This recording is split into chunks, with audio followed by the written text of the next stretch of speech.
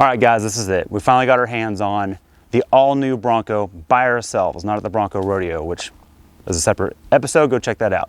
But we could not drive this without comparing it to its natural enemy, the Jeep Wrangler Unlimited. Both of these are four-door. Both of these are the higher off-road trims. We have a Sasquatch package over here with 35-inch tires. Over here we have 33-inch Rubicon, and they both have locking diffs front and rear. Now we're going to drive these in real world settings, which means on the road where most people will have these, and really see how they shake down. Let's check it out.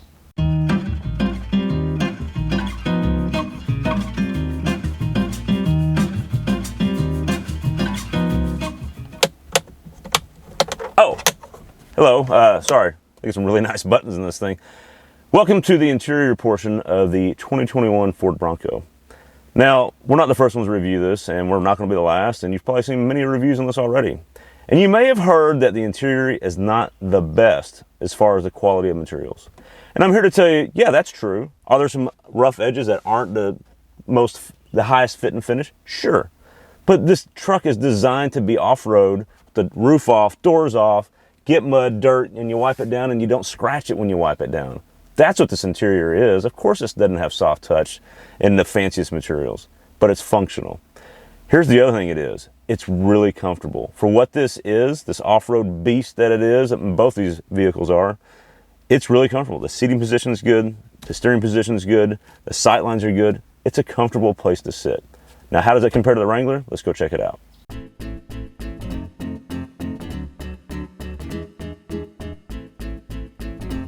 Welcome to the Jeep Wrangler Rubicon interior portion. How does it compare to the Bronco? Well, it's a little more sorted. They've been doing this a little bit longer, and it's kind of, you can kind of tell. How do you know you're in a Rubicon? Red dash, pretty obvious. You can't miss it. There are some things in this that really just help you out long-term when you're out on the trails, and that is you got a manual parking brake. There are times that comes in handy. You don't have to worry about the electronic goodies breaking down on you. Speaking of electronic goodies breaking down on you, the transfer case is a manual lever. You'll never have an ABS issue and it not engage. You can just force it into the mode you need it in. That's nice. It's a little, the fit and finish in here is a little nicer. Again, it looks like they've been doing this a little bit longer. The tops, they've got it figured out. It's sorted, it's quiet, it's easy to take on and off. They've got it figured out. That being said, it's a little tighter in here. It's not as comfortable. The seating position itself is not as comfortable. And we're going to get more into that on the on-road portion next. All right, Brian, it's time for the off-road on-road portion. Why don't we start off-road and then get on-road? If you want to call off-road dirt road with a really steep hill, let's do it. Let's do it. Hit it. Oh, wheel spin. Okay. All right. Big rocks. Wow. Okay. Okay, so we're in the Jeep Wrangler Unlimited Rubicon with sway bar connected. We did that wrong. Yep, and two-wheel drive. One-wheel drive, actually. And it made it. And it made it fine. So it just goes to show that four-wheel drive is not always necessary where we live. No. So, and that's about as rough as we get around here. Yeah, honestly. But let's get the sucker on road. We're on a smoother dirt road now. Yeah.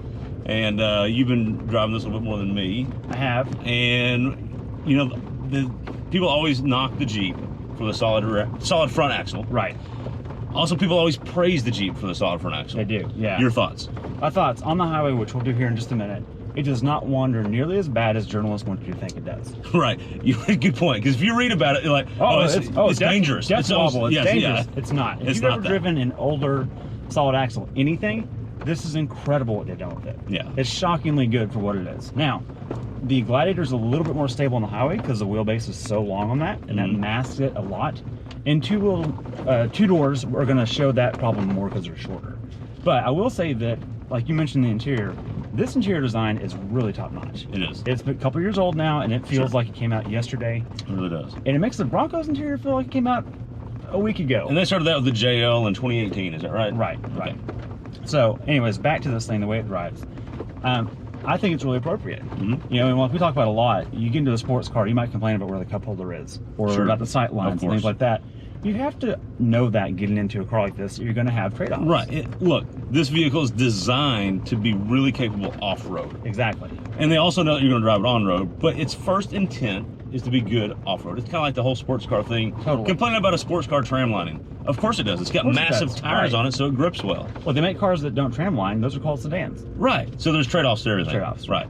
Now, in our part of the country, what is brought up a lot is that, well, for the money of this, because this is almost 50 grand as equipped. Yep. That's 4-door, 4x4 truck money. It is. To me, that's okay. I'm glad you brought that up, because between these two things, my immediate thought process with they both don't get the greatest mileage. Yeah, they get about 18, both of them. They're both about 50 grand. Yep. You can get a truck for about that price that gets almost the same or better mileage. Right. And is in some ways a little more capable. And can tow and is quieter and more comfortable and rides better, and your wife can drive and not complain about it, or husband, or whoever. You're right. Right. Now, they are wider and they're harder to maneuver on the trail, so that is an issue. And I'll be honest, in my daily life, I have a parking situation where a 4-door truck is kind of wide. Yeah. This would do better at that. That's a good point. Okay, now, isolation is the first thing I think of with this. Okay. I've rented these Jeeps a lot. Every time I go to a mountain region, I try to rent one because they're prevalent there and they're cheap. Yep. And I have literally had one in Colorado where the heater would not heat more than my legs because it was so unthermal that I was seeing frost after driving for 3 hours with the AC on, or the heater on. Yeah. So that is something to think about. Sure. And I feel like the Bronco is going to be in that neighborhood as well. Again, both these vehicles are designed to be in the elements. And by in the elements, I mean not just the vehicle, you yourself are also in the elements. Exactly. So that's a factor. All right, let's get this on the highway and talk about that. Yes, let's do it. All right, Brian, we're on the highway. That's the important part. Hit it.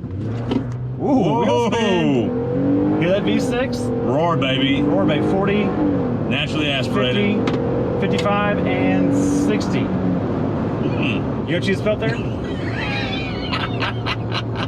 A ZF 8-speed automatic that is incredibly good. Oh, so smooth. I love this transmission. It's programmed right. It knows what it's doing. It's in the right gear at all times, and this thing feels fast. Okay, so are we at highway speed? We're at highway speed. It's not that noisy. No. I mean, it's not bad. It Tires? is pretty quiet. I'm just going to say this. KO2 is way better than those Goodyear Territories. Yeah. Okay, we just had the Territory MTs on a different vehicle. Yep. And I kept thinking to myself, wow, this is really quiet. How are these tires so noisy? Both capable tires and will be great rock crawling and off-roading, sure. I'm sure.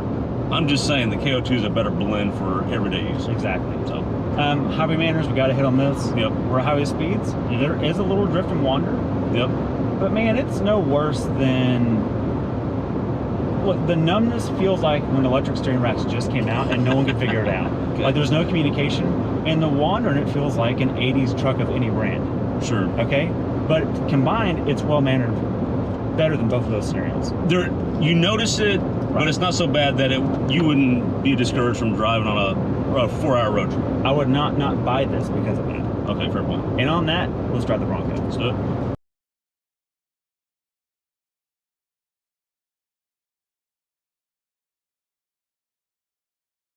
All right, Brian, time for that off-roady-ish, on-road dynamic portion of the Bronco. Let me put this 10-speed into drive. And that's it. Let's go. Let's go. Normal mode. Okay. All right. These are not KO2s, we can tell. But that is independent from suspension, not knocking our teeth out. Right? But it made it just fine. Made just fine, yeah. So we don't need four-wheel drive. No, that was one-wheel drive. Everything was open. It was normal. I will say, I have driven this off-road a lot. Yep. The Texas Off-Rodeo, Bronco Off-Rodeo. And the modes can be configured better for that. Sure. We could have done that much more uneventfully. Exactly. But we did configure this just like the Jeep. We put it in drive and went. Yep. That was exactly it. Right. Yep. Now, right off the bat, dynamically, this feels heavy. Does it? It feels very heavy compared to the Jeep. The tires are bigger. A lot bigger, and you can feel that. And you can feel the weight. And look, bigger tires, more mass. That's just how it is. It's hard to get those going. It's hard to get those stopping. But they will bridge potholes better. Sure. And off-road obstacles better than a shorter tire. Absolutely. So that's the trade-off. That's why people have these. Right. Immediately, I'm not getting as much wobble in the steering, even on the dirt, at low speeds. So I can tell you that right now is a big deal. And as you mentioned in the interior, this thing's wider inside. Yeah, there's just more. It's farther. There's just more room in here. More room. Yeah. Now the windshield will not fall flat on this like you can on the Jeep. True. And I've never once seen someone need to do that. Good point. So that's a good point too. I just want to kill that now because I keep hearing that in different content from Bronco. Yeah, we're gonna hear it. Yeah. Okay. Yeah. Great. I'm probably gonna get ridiculed and roasted for this comment. Okay, here we go. Get ready for the comments. But it feels a little less like a toy to me. And here's what I mean by that. Okay. I mean that in good and bad ways, okay? The Jeep is almost a little more endearing because it does feel like it's just for fun. It is designed for fun, okay? Right.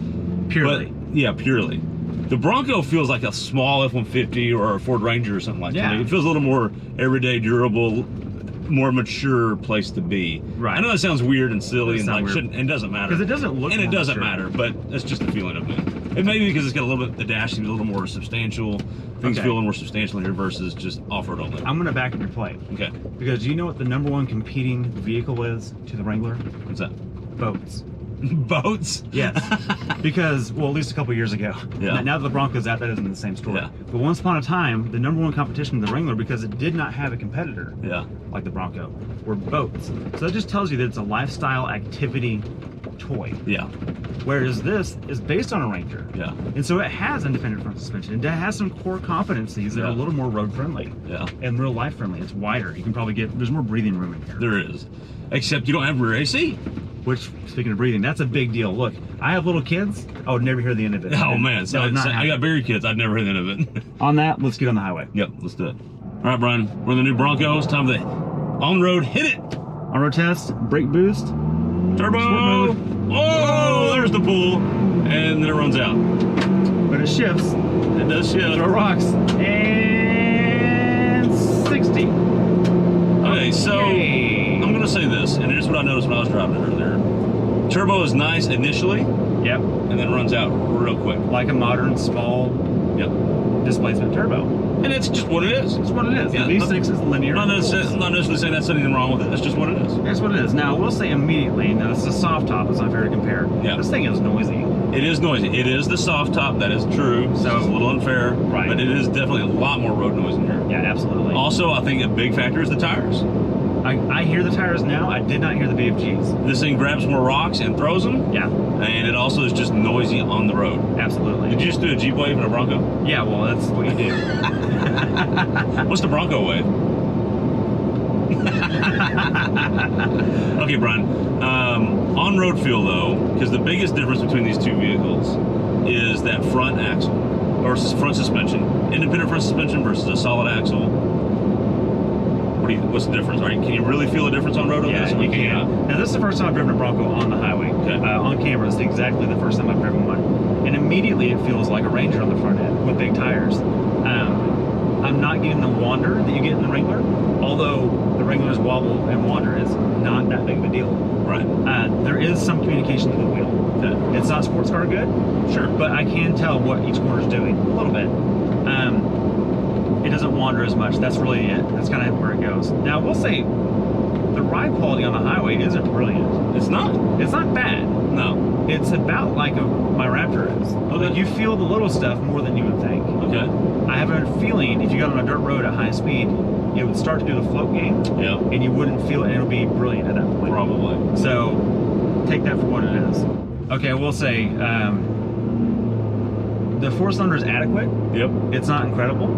It's adequate. I've driven the 2.7. It's quite good, like really powerful.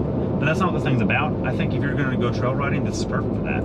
Let me ask you this: 2.3 with the manual or 2.7 with the auto? 2.3 with the manual. Okay. For sure. But if you're going to have to get the auto, get the 2.7. Yeah, agreed. I'm right there with you. Brian, it's time for the, and this is going to be tough, it's time for the hipster score. Oh, crap. Let's start with the Jeep. Okay. 3, 2, 1, 6. 7. Okay, so I think you figured out the hipster game. And basically what you do is you outscore me by 1 every single time. Like for the past, I don't know, 10 reviews. Y'all can go back and check it out, viewers. Are you asking me to just debauch it? No, you're getting close, I'm just saying, but you keep missing it by 1 point. So why a 7? That's a pretty high score for a vehicle that gets about 19 miles a gallon, 20, whatever it is. Why not? Why 7? Because it's a Jeep. Okay. That in my mind makes it's the opposite of a Raptor. Yeah. Okay, it's the let's go outside, let's go overlanding. By the way, both of these do that really well. Yeah. The only drawback is the mileage part, and it's the non-4xe part. But it's very hipstery. Like, you can definitely have some flannel and make some coffee. And it's the original before this. It is. It is the OG. It's the OG. If it was a pink Jeep, a Jeep recently announced the pink color. Yeah. Would I get a higher hipster score or a lower hipster score? No, it'd be the same. It'd be the same. Okay. Yeah, and by the way, Jeep, knock it off, dude. We get it. The Bronco is out. Give us your 35s. We love that. Keep your silly colors. No one's going to buy that thing. Good point. They will. I'm joking. Okay, now it's time for the Bronco. Okay. 3, 2, 1, 6. 5. You gave the 6 on both? Okay, look, see, I'm taking a page out of your playbook. Here's... You're definitely wrong. I don't know why you would score it so low. Look, no. This is easy. Okay, look, I know it's not the OG Jeep. I get it. That's where it lost 2 points. But what it is, it's so retro and so cool right now. It's getting some serious hipster points. And here's why this one I think I scored a little bit higher than you. That tailgate, the accessory that this particular one has, little fall down thing, you can put your camp stove on. That is their limp. And do your French press coffee. Okay, but you can do that. Imagine wearing flannel, it's cold. Yeah, but mountain background. That's a fair point. That's a fair point. Maybe I should score it higher. Maybe. I just changed it to 7. Okay, fine. So we inverse, but this to me is less overland, or I'm sorry, this is less hipster approved than Jeep because it doesn't have a 5 decades, 8 decades, however the hell long they've been making Jeeps. Sure. Of overland stuff. Yeah, that's the point. I think this is trendier for sure. And they like trends. And that's true, but the history doesn't have the nostalgia part. Maybe we should just do an Instagram score. Instagram score? This one's higher. Oh, this is 11 or 12. Yeah, right. Yeah, no question about it. And Jeep is still a solid 7. Yeah, still solid. So, okay. Starting with the Jeep. Who is it for? The Jeep is for... Well, I'll tell you who it's really for. It's for those moms going to the mall. Oh, is it? Hashtag topless? Hashtag topless life? Easy. I don't want to get canceled. No, it's a thing. Yeah, no, I know. And the duckies. I know what you mean. You gotta leave your ducks on people. But no, don't understand that. I don't get that. But no, the Jeep Wrangler is for the moms that want to look cool and go to the mall and pick up the kids in the pickup line, okay? What about the dads? Isn't that applicable there too? Gladiator. Okay, dads get the truck. Yeah. Okay, that's fair enough. Yep. We know someone like that. All right, Brian, who's the Bronco for? Oh, this is easy. You ready? I'm ready. Anyone that can pay over MSRP. Okay. Yeah, well, fair point. Fair point. In all reality, this is so close, tit for tat to the Wrangler, that they're not really that different. They really are very comparable. There's different philosophical approaches that Ford and Jeep would use. Yes. And that's evident in here. Yep. And I'll just be blunt, the Jeep is a little more sorted because they've been doing it continually for so long. Exactly. But this is not bad. But the Bronco's fun in different ways. Totally. Yeah. This has goat modes. Yeah. Well, it's not greatest of all time. This goes over all. And it's got the door trick, and it's got some other accessory tricks. They came to the market with accessories ready to go in the sucker, and that's cool. They did. They're going to sell all of these. I will say, and I'm just going to be completely candid, I had a reservation for one of these. And I canceled it because I was nervous about the first year after several delays, and COVID's caused this. I'm not really. It's happened to everyone right now, but this car's affected by that too. Yep. And I think they need a year to sort it out. Yep. I really do. The tops are one of them. Sure. So if you really want a hard top, just wait a year. They're going to solve this, and it's going to be problem free. Or the aftermarket and have it solved pretty quick too. Totally. It's awesome. I'm glad that we've been able to drive this. Thanks Schottenkirk and Charles Brockman out of Granbury. Yes, absolutely. And unless you have anything else to add. The only thing I got to add is just that both these, I'm so glad there's more than just one now. Absolutely. That's what I'll say. Well, you know who wins this scenario? That's the conclusion I have out of this. The consumer's winning here. Absolutely. It's kind of like the T-Rex and the Raptor. So thank you, Jeep. Thank you, Ford. They're both awesome. Yeah. Probably the worst comparable you ever wanted because we like them both. We like them both. But there it is. All right, well, let's conclude it down. You got to buy one today with your own money. What's it going to be? They're both 50 grand, by the way. Getting the Bronco. Getting the Bronco, okay. Team Bronco. I'm getting the Jeep. Team Jeep, okay. There we go. It's because I want a hard top and those aren't quite ready. Can I tell you I got the Bronco because I knew you'd get the Jeep? I knew you did. And so that way we could trade off? I knew that. We could drive both. I want to drive both. Let us know if that was terrible or bearable. Thanks for watching. You're back to that? Yeah. BrakeCheckShow.com. That's unbearable. That's what that is. We'll see you next time. Thanks for watching.